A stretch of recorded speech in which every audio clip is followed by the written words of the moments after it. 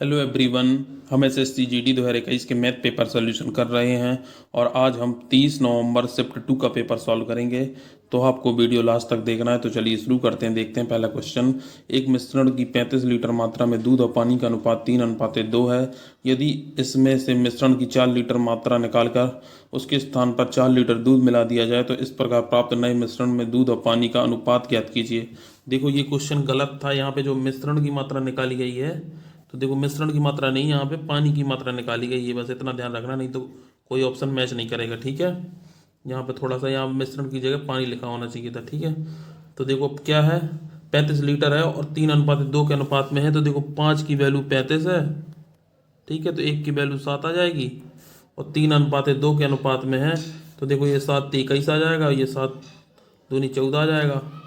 ठीक है, तो देखो मिल्क कितना है 21 और वाटर कितना है 14।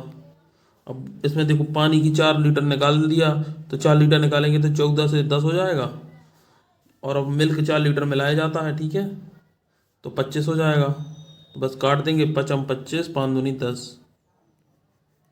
ठीक है, तो 5:2 आ जाएगा, सेकंड नंबर आंसर होगा। नेक्स्ट क्वेश्चन देखेंगे। एक निश्चित धनराशि पर 10% वार्षिक ब्याज की दर से वर्ष का चक्रवृद्धि ब्याज 651 है। ब्याज की गणना वार्षिक चक्रवृद्धि आधार पर की गई है। समान धनराशि पर पूर्व से आधी ब्याज की दर पर और पूर्व से दुगनी अवधि का साधारण ब्याज ज्ञात कीजिए। तो देखो 10% वार्षिक ब्याज का 2 वर्ष का चक्रवृद्धि ब्याज क्या होता है। देखो इफेक्टिव हो जाता है 10 + 10 + 10 × 10 / 100। तो कितना आ जाएगा, 21% होता है। तो देखो 651 दी गई है, 21% की वैल्यू। ठीक है, इंटू 100 कर लेंगे, तो बस काट देंगे, 21×3 = 63। 21 21, तो उसका मूलधन कितना आ जाएगा, 3100। अब उसने क्या बोला है, 3100 की राशि पर समान धनराशि पर पूर्व से आधी ब्याज। तो देखो 10% थी तो 5% हो जाएगी, और पूर्व से दुगनी अवधि पर तो 2 साल का टाइम था, तो 4 वर्ष का टाइम हो जाएगा। इंटू 100 कर देंगे, तो साधारण ब्याज निकालना है। 5×4 = 20, 31×2 = 62, तो 620 आ जाएगा। ठीक है, तो थर्ड नंबर आंसर हो जाएगा। नेक्स्ट क्वेश्चन देखेंगे।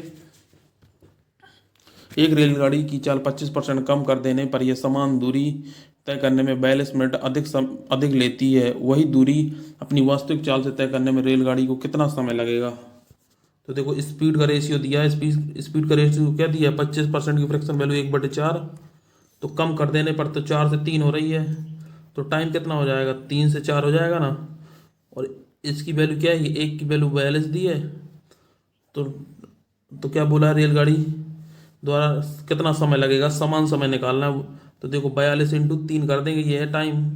तो कितना हो जाएगा, 42 × 3 126, 126 मिनट आ जाएगा। इसको देखो 60 से डिवाइड कर देंगे तो घंटे में आ जाएगा। 60×2 = 120, 6/60 हो जाएगा। मतलब 2 सही 1/10 आंसर आ जाएगा। ठीक है, तो ये थर्ड नंबर आंसर होगा। नेक्स्ट क्वेश्चन देखेंगे। यदि सीमा उसके पास मौजूद सभी कंचों को प्रत्येक 6, 10, 12 और 15 कंचों वाली पंक्तियों में व्यवस्थित कर सकती है और कंचों की संख्या पूर्ण वर्ग है, तो सीमा के पास मौजूद कंचों की न्यूनतम संख्या ज्ञात कीजिए। तो देखो ये चारों पूर्ण वर्ग हैं। तो पहले इसका क्या निकालना पड़ेगा, मुझे एलसीएम निकालना पड़ेगा। 6, 10, 12, 15। तो देखो यहाँ से 5 आ जाएगा, यहाँ से 4 आ जाएगा और यहाँ से 3 आ जाएगा। तो इसका एलसीएम क्या आ जाएगा, 60। अब देखना है कि कौन सा ऑप्शन 60 से डिवाइड हो रहा है। तो देखो 400 भी नहीं हो रहा 60 से डिवाइड। ठीक है, ये 625 भी नहीं होगा, 225 भी नहीं होगा, सिर्फ ये होगा 900। 60 से डिवाइड हो जाता है ना पूरा पूरा, तो 900 आंसर होगा। नेक्स्ट क्वेश्चन देखेंगे। रवि ने 1800 की धनराशि 6% वार्षिक साधारण ब्याज की दर पर और 2800 की धनराशि 7% वार्षिक साधारण ब्याज की दर पर समान अवधि के लिए उधार ली और संपूर्ण ब्याज के रूप में 2736 का भुगतान किया। उसके मित्र शिव ने 2500 की धनराशि 8% वार्षिक साधारण ब्याज की दर पर समान अवधि के लिए उधार ली। तो ऋण को पूर्णतः चुकाने के लिए शिव को कितना भुगतान करना होगा। तो देखो पहले मुझे इसका टाइम निकालना पड़ेगा। 1800 की धनराशि देखना 6% वार्षिक ब्याज की दर पर 30 टाइम के लिए ली है। ठीक है, और दूसरी क्या है, 2800 की धनराशि है 7% वार्षिक ब्याज की दर से टी टाइम के लिए, तो कितना ब्याज लिया? 2736 ब्याज है। 18 चक्का 108, ठीक है। और ये कितना होगा? 196, ये 2736 आ जाएगा। तो ये कितना आ जाएगा? ये तो आ जाएगा 304 टी बराबर 2736। टी बराबर क्या आ जाएगा? 9।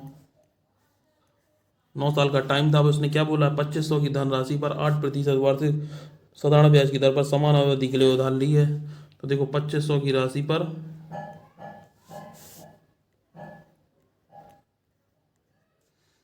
8% वार्षिक ब्याज की दर से 9 वर्ष के लिए उधार ली, तो कितना ब्याज आएगा?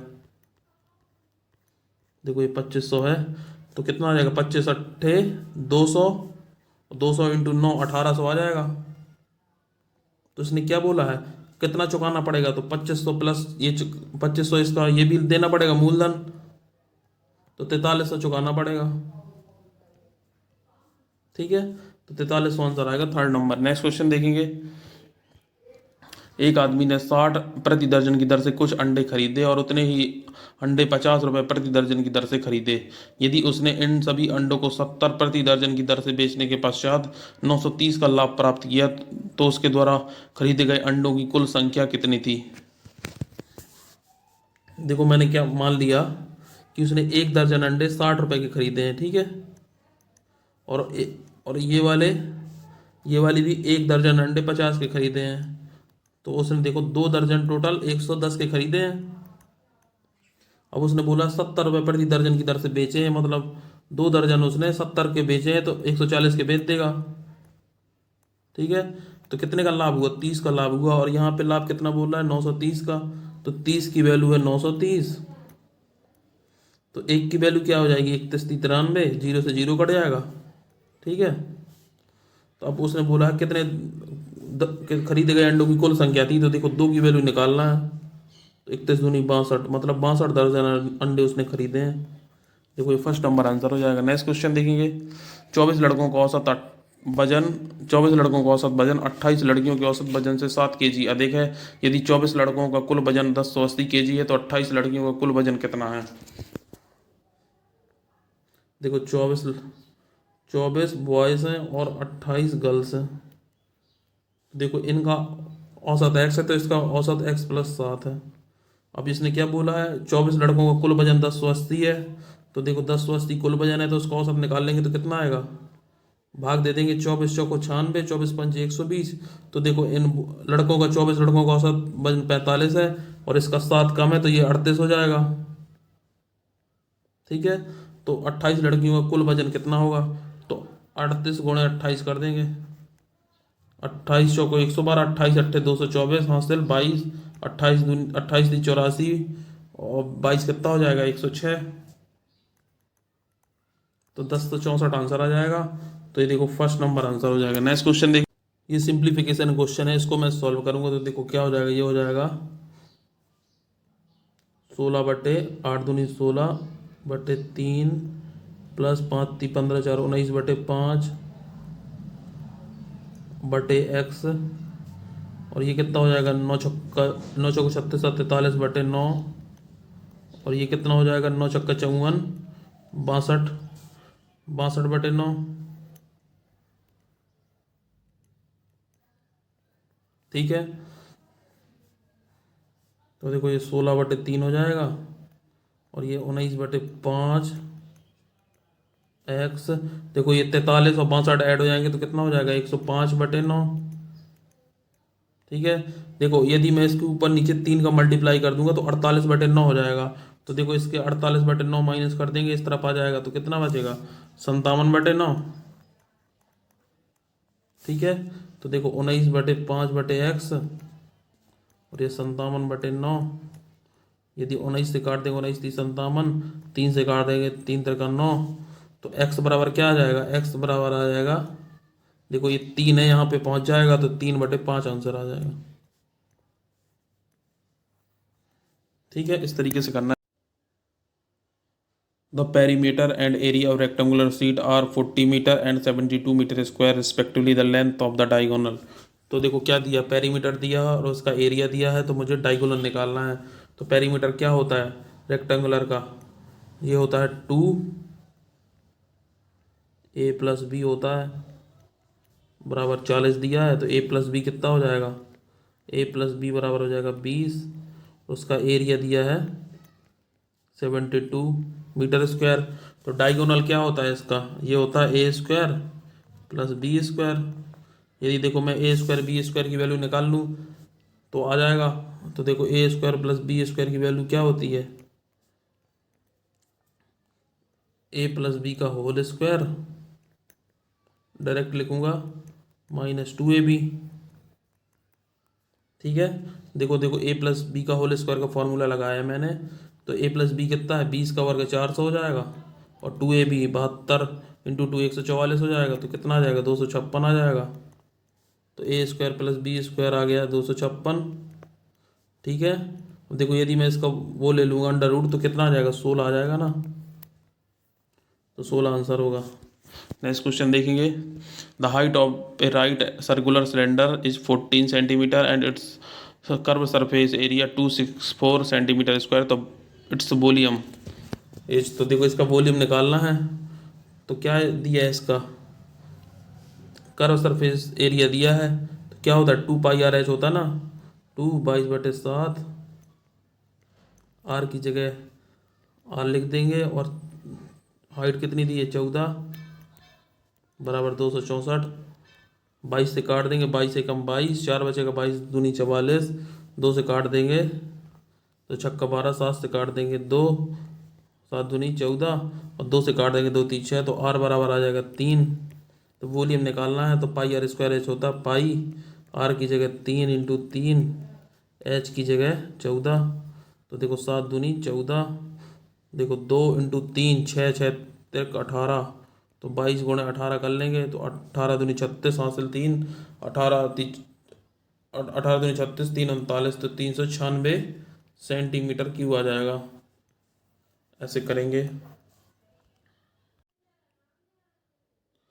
एक छात्र को 160 अंक मिले और उसे उत्तीर्ण होने के लिए आवश्यक न्यूनतम 35% अंक प्राप्त करने के लिए 50 और अंकों की आवश्यकता है, तो पूर्णांक ज्ञात कीजिए। तो देखो 35% अंक प्राप्त करना है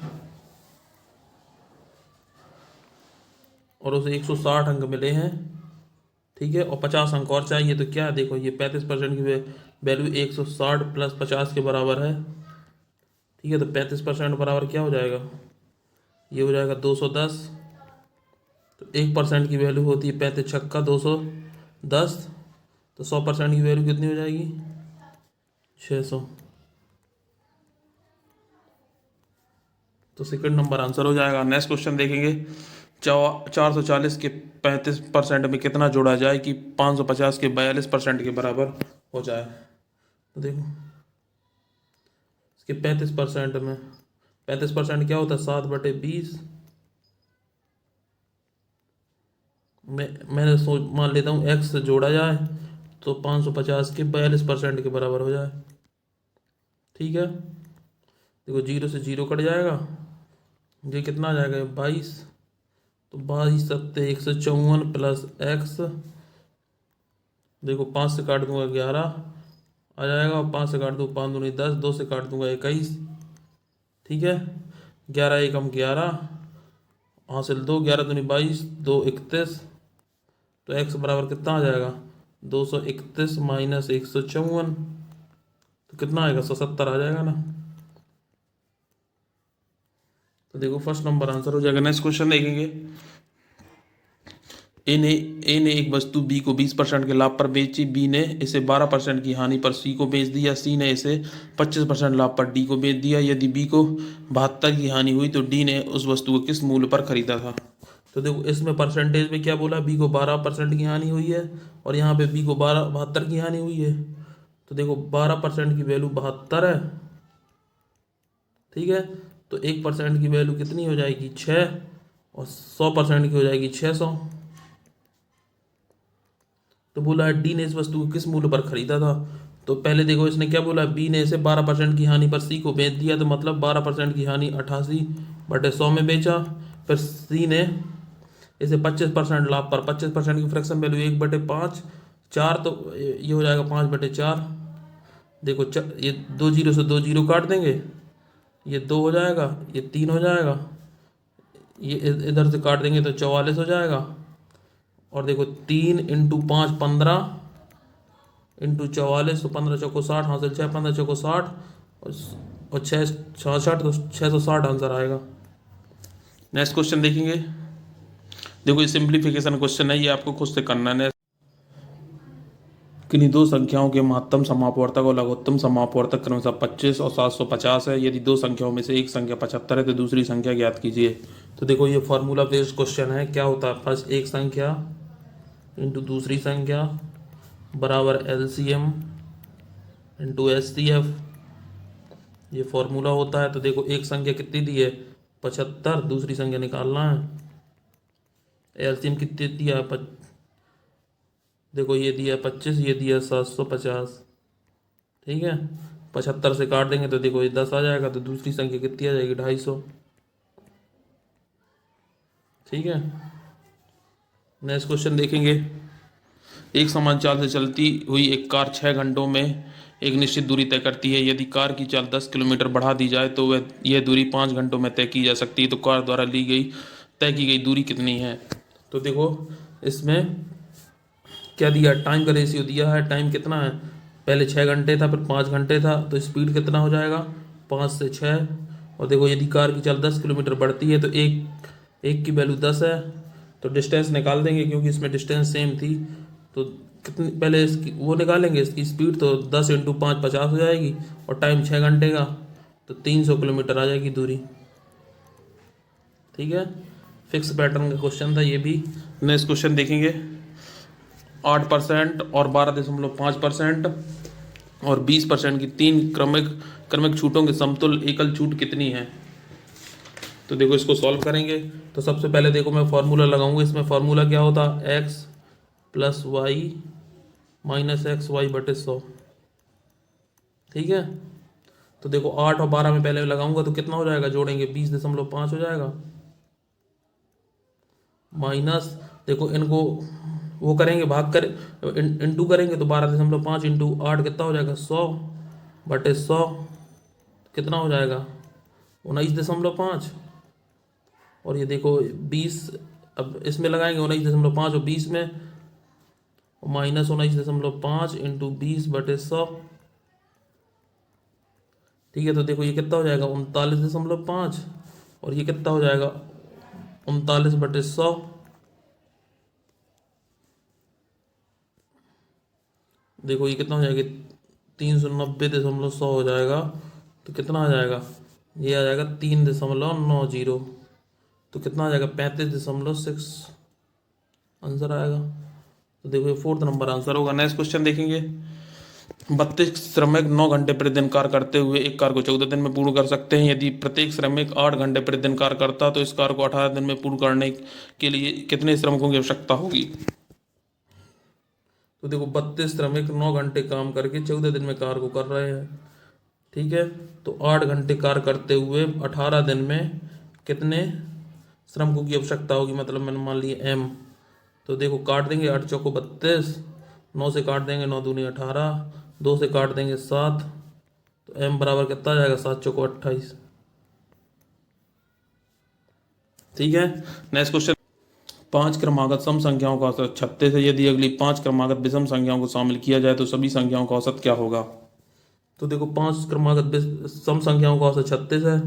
तो देखो मैं मान लेता हूँ 5 संख्याएं हैं, ये 36, देखो इसका औसत हो जाएगा। तो देखो 2 के गैप में होंगी तो ये 38 होगी, ये 40। अब देखो 5 विषम संख्याएं उसमें शामिल करना है, 3 4 5। तो देखो ये कितने हो जाएगी, ये 41 हो जाएगी, ये 43, ये 45, ये 47, ये 49। तो देखो ये 5 संख्याएं हो गई। और देखो 5 संख्याओं का औसत 36 था, तो कितना हो जाएगा 36 पंचे 80, इनका सम हो जाएगा। अब इनको और जोड़ लेना है, तो 4 पंचे 20, तो ये हो जाएगा 9 7 16, 16 5 21, 3 24, 1 25, तो 225 ये हो जाएगा बटे 10। तो कितना हो जाएगा, ये हो जाएगा 405/100। तो देखो इनका औसत आ जाएगा 40.5।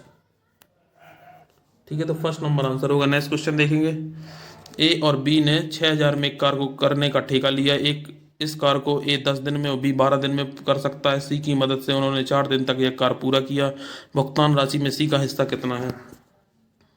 तो देखो, ए 10 दिन में कर सकता है, बी कितने दिन में कर सकता है? 12 दिन में। मैंने मान लिया इसका एलसीएम कितना है, 60 है, तो 10 छक्का 60 और 12 पंचे 60। अब उन्होंने बोला है सी की मदद से 4 दिन में काम कर लिया है, मतलब ए प्लस बी प्लस सी ने 60 काम को 4 दिन में कर लिया है, मतलब उनका टोटल एक दिन का काम होगा 15।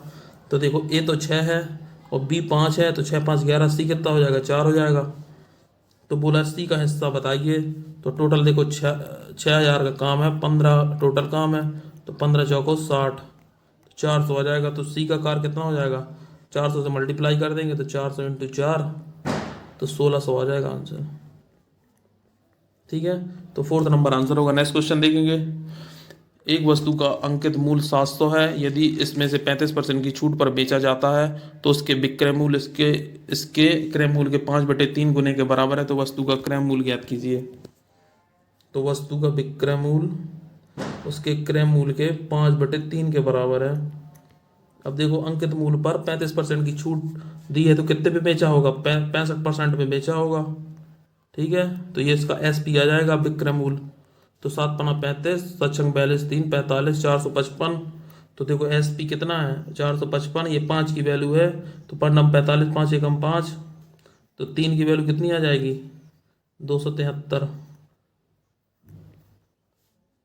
ठीक है, तो देखो ये आंसर गलत है, 273 आंसर आएगा। नेक्स्ट क्वेश्चन देखेंगे। एक राशि को पी क्यू और आर के बीच 13 17 25 के अनुपात में वितरित किया गया है। यदि आर को क्यू से 6800 अधिक मिले तो पी के भाग और क्यू के भाग का अंतर बताइए। तो देखो, पी क्यू आर 13 17 25 के अनुपात में है।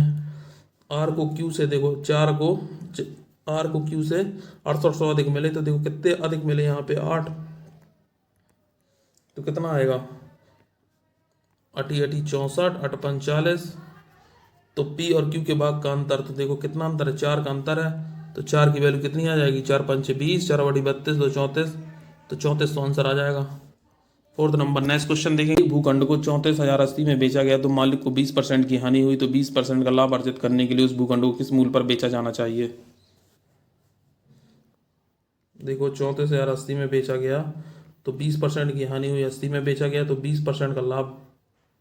तो देखो, 20 छक्का 120, 20 चौको 80, 4 से काट देंगे, 4/32, 4 पंचे 20, 4 दूनी 8, 0। तो देखो, 0 6 दूनी 12, हासिल 1, 6 पंचे 30 और 1 31, और 6 48, 3 51, 51,120 आंसर आएगा।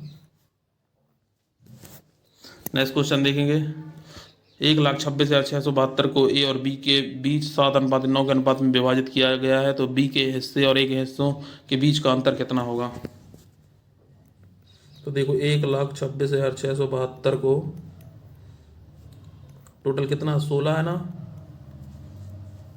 तो बी के हिस्से और ए के हिस्से का अंतर, तो देखो 7 और 9 का अंतर कितना है? 2। बस डिवाइड कर देंगे। 16 सत्ते 112, 14 बचेगा। 16 नम्मा 144, 2 बचेगा। 16 एकम 16, 16 सत्ते 112, तो 7917 इंटू 2 कर लेंगे तो 15,834 आंसर आएगा। इस तरीके से करेंगे। ठीक है। एक व्यक्ति 15% वार्षिक चक्रवृद्धि ब्याज की दर पर 15,000 उधार लेता है। प्रत्येक वर्ष के अंत में वह आंशिक पुनर्भुगतान के रूप में 2500 का भुगतान करता है। इस तरह की 3 किस्तों में भुगतान करने के बाद भी उस पर कितनी धनराशि बकाया है? तो देखो, ये कैलकुलेटिव क्वेश्चन है थोड़ा सा, तो इसको मैं रेशियो मेथड से करूँगा। देखो, 15% की फ्रैक्शन वैल्यू क्या होती है? 3/20, 5 15, 20 पंचे 100। तो देखो, तीन 3 बार होना है भुगतान 2500 का लास्ट में। तो देखो क्या करेंगे, मैं देखो इसको पहले 20 से 23 लिख लूँगा, ये 1 साल हो जाएगा। फिर 20 से 23 लिख लूँगा तो 1 साल हो जाएगा। फिर 20 से 23, इस तरीके से करेंगे। तो देखो, ये 15,000 का भुगतान लिया है, मतलब ये 20 की वैल्यू 15,000 दी है। ठीक है, तो ये तो 1 की वैल्यू क्या आ जाएगी 750। देखो 20 का डिवाइड कर देंगे तो 0 से 0 कट जाएगा, 750 आ जाएगा। अब देखो इस 23 का मुझे मल्टीप्लाई करने का पड़ेगा 750 में, तो 0 23 5 115 हासिल 11 23 7 161 और 11 172 17,250 आ जाएगा। अब देखो इसमें 2500 का भुगतान करना पड़ेगा, तो 2500 माइनस कर दूंगा तो कितना आ जाएगा, ये आ जाएगा 14,750। ठीक है, अब देखो ये 20 की वैल्यू होगी 14,750। ठीक है, तो देखो 0 से 0 कट जाएगा, अब 2 का डिवाइड करेंगे तो कितना आएगा 737.5। ठीक है, तो देखो इसका मल्टीप्लाई करेंगे 737.5 का 23 से, तो 23 पंचे 115 हासिल 11 23 सत्ते 161 11 172 हासिल 17 23 69 7 76 186 हासिल 18 23 सत्ते मतलब हासिल 8 23 सत्ते 161 8 169। अब देखो इसमें 2500 माइनस करना पड़ेगा, पॉइंट लगा यहाँ पे, थोड़ा सा कैलकुलेटर क्वेश्चन है, तो कितना आएगा, ये आएगा 14,462.5। अब देखो थोड़ी इसको मैं छोटा कर लेता हूँ, तो देखो 14,462.5, देखो 23/20 लिख लेता हूँ मैं, इसको डायरेक्ट कर देते हैं। तो देखो 20 का डिवाइड करेंगे तो कितना आएगा, देखो 2 अंक के बाद दशमलव लग जाएगा और 723.125 आ जाएगा, इंटू 23 कर लेंगे।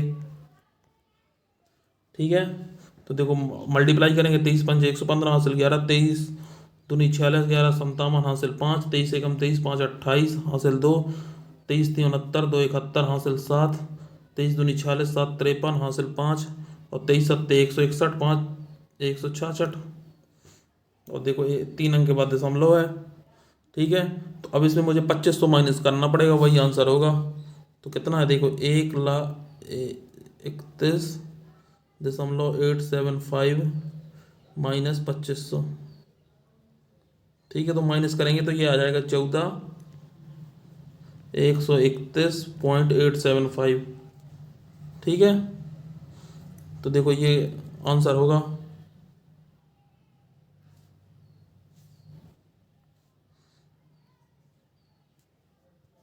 तो देखो ये 3rd नंबर आंसर होगा, इस तरीके से करेंगे, थोड़ा सा कैलकुलेटर क्वेश्चन था। तो फ्रेंड्स ये थे हमारे क्वेश्चन। यदि आपको हमारा ये वीडियो अच्छा लगा तो चैनल को सब्सक्राइब करें, वीडियो को लाइक करें, अपने दोस्तों के साथ शेयर करें। जय हिंद।